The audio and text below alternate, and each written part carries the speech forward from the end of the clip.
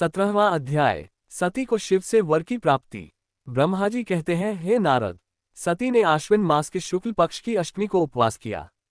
नंदाव्रत के पूर्ण होने पर जब वे भगवान शिव के ध्यान में मग्न थी तो भगवान शिव ने उन्हें प्रत्यक्ष दर्शन दिए।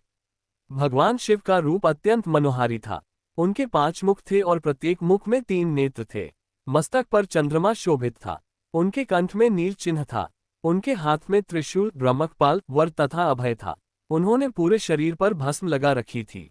गंगा जी उनके मस्तक की शोभा बढ़ा रही थी। उनका मुख करोड़ों चंद्रमाओं के समान प्रकाशमान था। सती ने उन्हें प्रत्यक्ष रूप में अपने सामने पाकर उनके चरणों की वंदना की। उस समय लज्जा और शर्म के कारण उनका सिर नीचे की ओर झुका हुआ था। तपस्या का फल प्रदान करने के लिए शिव जी बोले, उत्तम व्रत का पालन करने वाली है दक्ष नंदिनी, मैं तुम्हारी तपस्या से बहुत प्रसन्न हूँ, इसलिए तुम्हारी मनोकामना को पूरा करने के लिए स्वयं यहाँ प्रकट हुआ हूँ।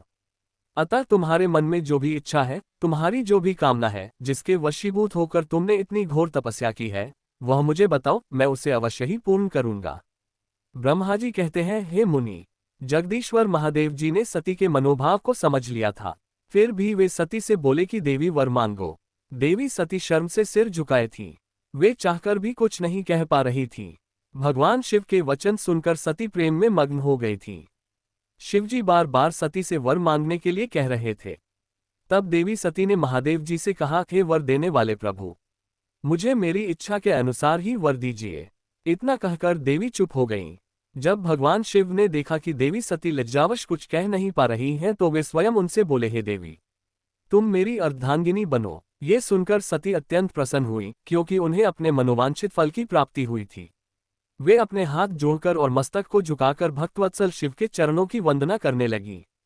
सती बोली, हे देवाधिदेव महादेव, प्रभु, आप मेरे पिता को कहकर वैवाहिक विधि से मेरा पानी ग्रहण करें।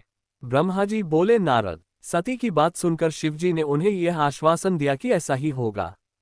तब देवी सती ने भगवान शिव को हर्ष एवं मोह से देखा और उनसे आज्ञा लेकर अपने पिता के घर चली गईं। भगवान शिव कैलाश पर लौट गए और देवी सती का स्मरण करते हुए उन्होंने मेरा चिंतन किया। शिवजी के स्मरण करने पर मैं तुरंत कैलाश की ओर चल दिया। मुझे देखकर भगवान शिव बोले, ब्राह्मण, दक्षकन्या सती ने बड़ी भक्ति से मेरी आराधना की है। उनके नंदाव्रत के प्रभाव से और आप सब देवताओं की इच्छाओं का सम्मान करते हुए मैंने देवी सती को उनका मनोवांछित वर प्रदान कर दिया है। देवी ने मुझसे यह वर मांगा कि मैं उनका पति हो जाऊं। उनके वर के अनुसार मैंने सती को अपनी पत्नी के रूप में प्राप्त करने का वर दे दिया है। वर प्राप्त कर वे बड़ी प्रसन्न हुई तथा उन्होंने मुझसे प्रार्थना की कि मैं उनके पिता प्रजापति दक्ष के समक्ष देवी सती से विवाह करने का प्रस्ताव रखूं और पानी ग्रहण कर उनका वरण करूं। उनके विनम्र अनुरोध को मैंने स्वीकार कर लिया है। इसलिए मैंने आपको यहाँ बुलाया है कि आप प्रजापति दक्ष के घर जाकर उनसे देवी सती का कन्यादान मुझसे करने का अनुरोध करें। भगवान शिव की आज्ञा से मैं बहुत प्रसन्न हुआ और मैंने उनसे कहा, भगवान, मैं धन्य हो गया जो आपने हम सभी देवी देवताओं के अनुरोध को स्वीकार कर देवी सती को अपनी पत्नी बनाना स्वीकार करने और इस कार्य को पूरा करने के लिए मुझे चुना। मैं आपकी आज्ञानुसार अभी प्रजापति दक्ष के घर जाता हूँ तथा उन्हें आपका संदेश सुनाकर देवी सती का हाथ आपके लिए मांगता हूँ। ये कहकर मैं वेगशाली रथ से दक्ष के घर की ओर चल दिया। नारद जी ने पूछा, हे पितामह, पहले आप मुझे ये बताइए कि देवी सती के घर लौटने पर क्या हुआ। दक्ष ने उनसे क्या कहा और क्या किया।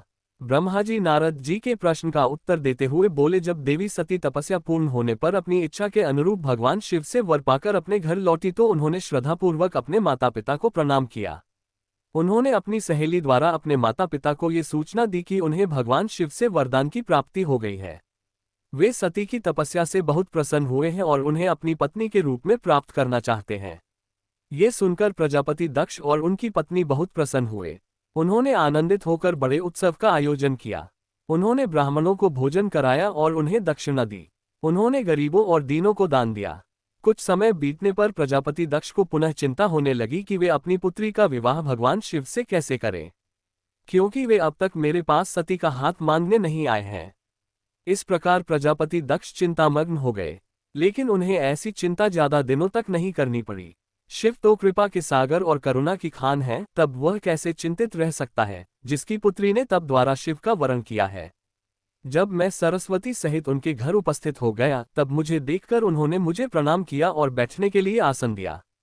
तत्पश्चात दक्ष ने मेरे आने का कारण पूछा तो मैंने अपने आने का प्रयोजन बताते हुए कहा, हे प्रजापति दक्ष, मैं भगवान शिव की आज्ञा से आपके घर आया हूँ।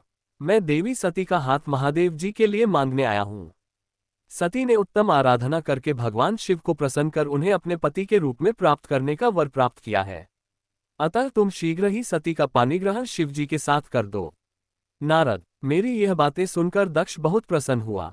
उसने हर्षित मन से इस विवाह के लिए अपनी स्वीकृति दे दी। तब मैं प्रसन्न मन से कैलाश पर्वत पर चल दिया।